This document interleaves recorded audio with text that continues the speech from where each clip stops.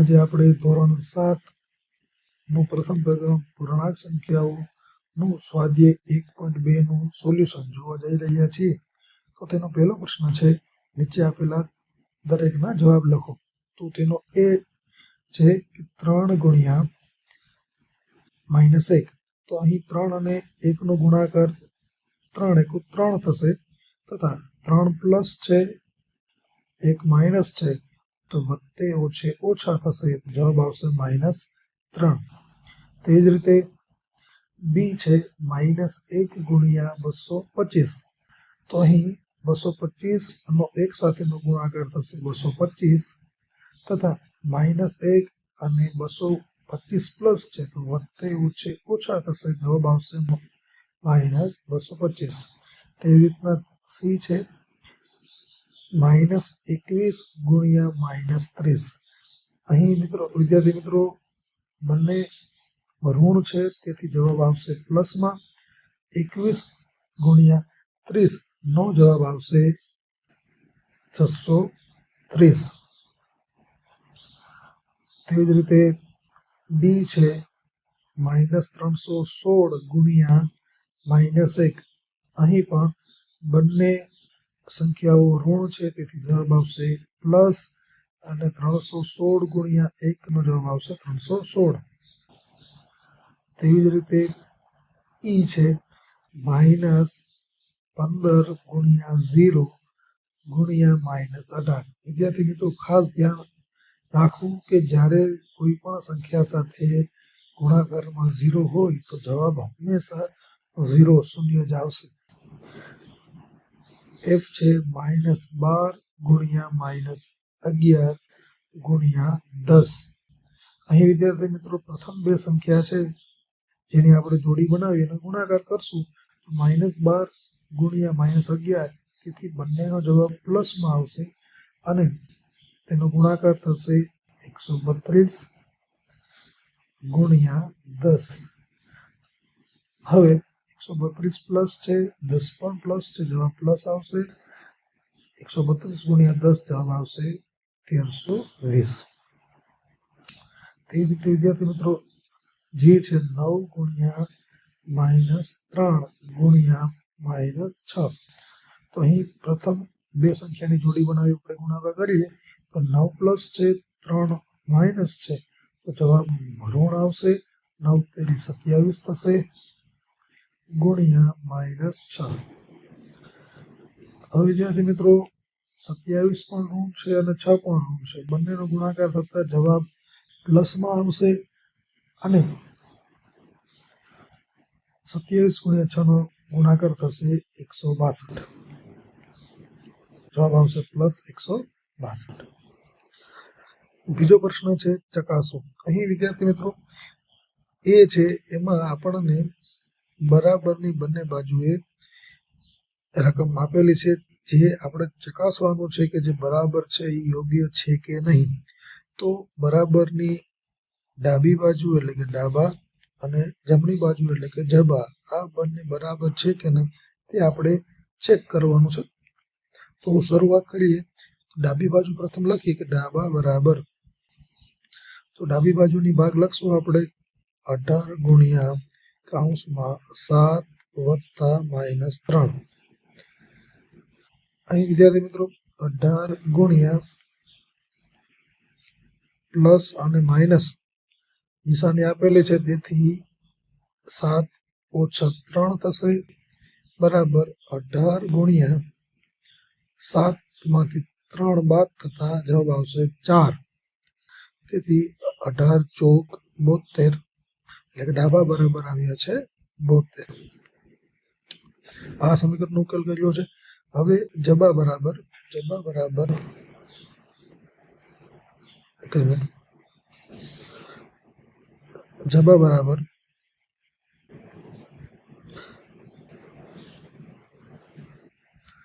કૌંસમાં 18 ગુણ્યા 7 કૌંસ પૂરો વત્તા 18 ગુણ્યા -3. અહીં વિદ્યાર્થી મિત્રો 18 સત્તા 126 વત્તા 18 ગુણ્યા -3 છે, જવાબ આવશે ઋણમાં, અને 18 તેરી 54 થશે. વિદ્યાર્થી મિત્રો 126 વત્તે ઓછા થશે 126 ઓછા 54, તો જવાબ આવશે 72. અહીં વિદ્યાર્થી મિત્રો જવાબ બરાબર 72 જવાબ આવ્યો છે અને ડાબા બરાબર પણ 72 જવાબ છે. એટલો મતલબ એવો થાય છે કે ડાબા બરાબર જબા જે આપેલું છે તે યોગ્ય છે. હવે બી છે, જેમાં પણ આપણે ડાબા અને જબા બરાબર છે કે નહીં તે ચકાસીશું. તો સૌપ્રથમ આપણે ડાબા બરાબર લઈએ. ડાબી બાજુ સાદુરૂપ આપશું આપણે. તો ડાબી બાજુ છે -21 ગુણ્યા કૌંસમાં -4 વત્તા -6. વિદ્યાર્થી મિત્રો 21 ગુણ્યા કૌંસમાં -4 વત્તે ઓછા થશે તો -6 આવશે. -21 ગુણ્યા, હવે અહીં વિદ્યાર્થી મિત્રો -4 અને -6 બંને ઋણ છે, તેથી ઓછે વત્તા થશે. જવાબ આવશે 10. નિશાની રહેશે મોટી સંખ્યાની માઇનસ. તેથી -21 અને -10 નો ગુણાકાર છે એ પ્લસ આવશે. જવાબ આવશે 210.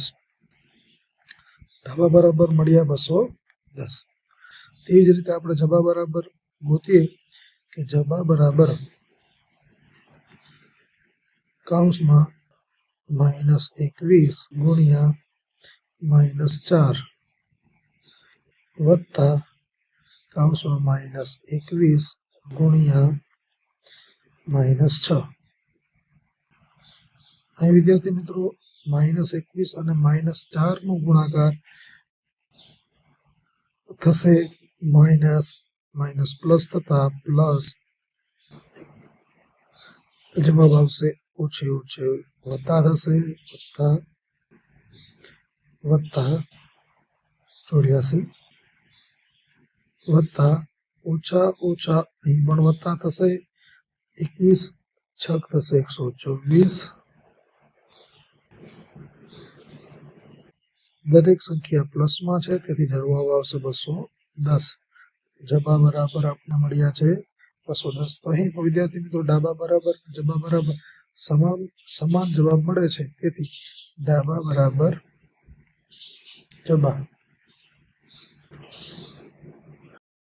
કોઈ પણ પૂર્ણાંક એ સંખ્યા એ માટે -1 ગુણ્યા a બરાબર શું થાય? તો અહીં વિદ્યાર્થી મિત્રો જ્યારે આપણે ઋણ એક સંખ્યા સાથે એનો ગુણાકાર કરશું તો જવાબ -a મળે છે. હવે આપણે એની વિવિધ કિંમતો માટે ગુણાકાર જોઈએ. તો ધારો કે a બરાબર 1 લેતા, તો તેથી -1 ગુણ્યા a ના સ્થાને આપણે 1 મૂકશું. જવાબ આવશે 1 ગુણ્યા 1 એટલે 1 વત્તે ઓછા. તો અહીં આપણે ઋણ એક જવાબ મળે છે. હવે બીજી સંખ્યા એ માટે લઈએ. ધારો કે a બરાબર -1 લેતા, તો વિદ્યાર્થી મિત્રો -1 ગુણ્યા -1 બરાબર જવાબ આવશે 1 ગુણ્યા 1 એટલે 1 વત્તે ઓછા. પણ અહીં બંને ઋણ સંખ્યા હોવાથી જવાબ આવશે +1. બીજી સંખ્યા માટે વિચારીએ. ધારો કે a બરાબર 5 લેતા, તો -1 ગુણ્યા 5 જવાબ આવશે 5 × 5 ઓછે વત્તે ઓછા થશે.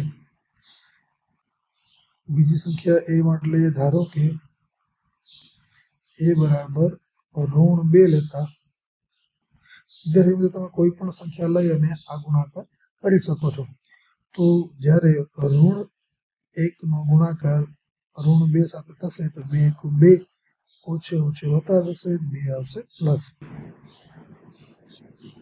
ત્રીજાનો બીજો દાખલો છે. નીચેની પૂર્ણાંક સંખ્યાઓનો -1 સાથેનો ગુણાકાર શું થશે? તો અહીં પ્રથમ એમાં આપેલ સંખ્યા છે -22. તો જ્યારે -22નો ઋણ 1 સાથેનો ગુણાકાર ઓછે ઓછે વત્તા થશે, 22 એકુ 22 જવાબ આવશે. બી છે 37 ગુણ્યા -1 સાથેનો જ્યારે ગુણાકાર થશે તો 37 એકુ 37 આવશે, વત્તે ઓછે ઓછા થશે. તેવી રીતે સી નો 0નું -1 સાથેનો ગુણાકાર થશે 0. 0 ના તો પ્લસ છે ના તો માઇનસ છે. ચોથો પ્રશ્ન છે -1 ગુણ્યા 5 થી શરૂ કરીને નિશ્ચિત પેટર્ન વડે વિવિધ ગુણાકારો લઈ દર્શાવો કે -1 ગુણ્યા -1 બરાબર 1 થાય. તો અહીં વિદ્યાર્થી મિત્રો આપણે -1 થી શરૂ કરીએ છીએ કે -1 ગુણ્યા 5 બરાબર જવાબ આવશે 5 એકુ 5 અને વત્તે ઓછે ઓછા થશે.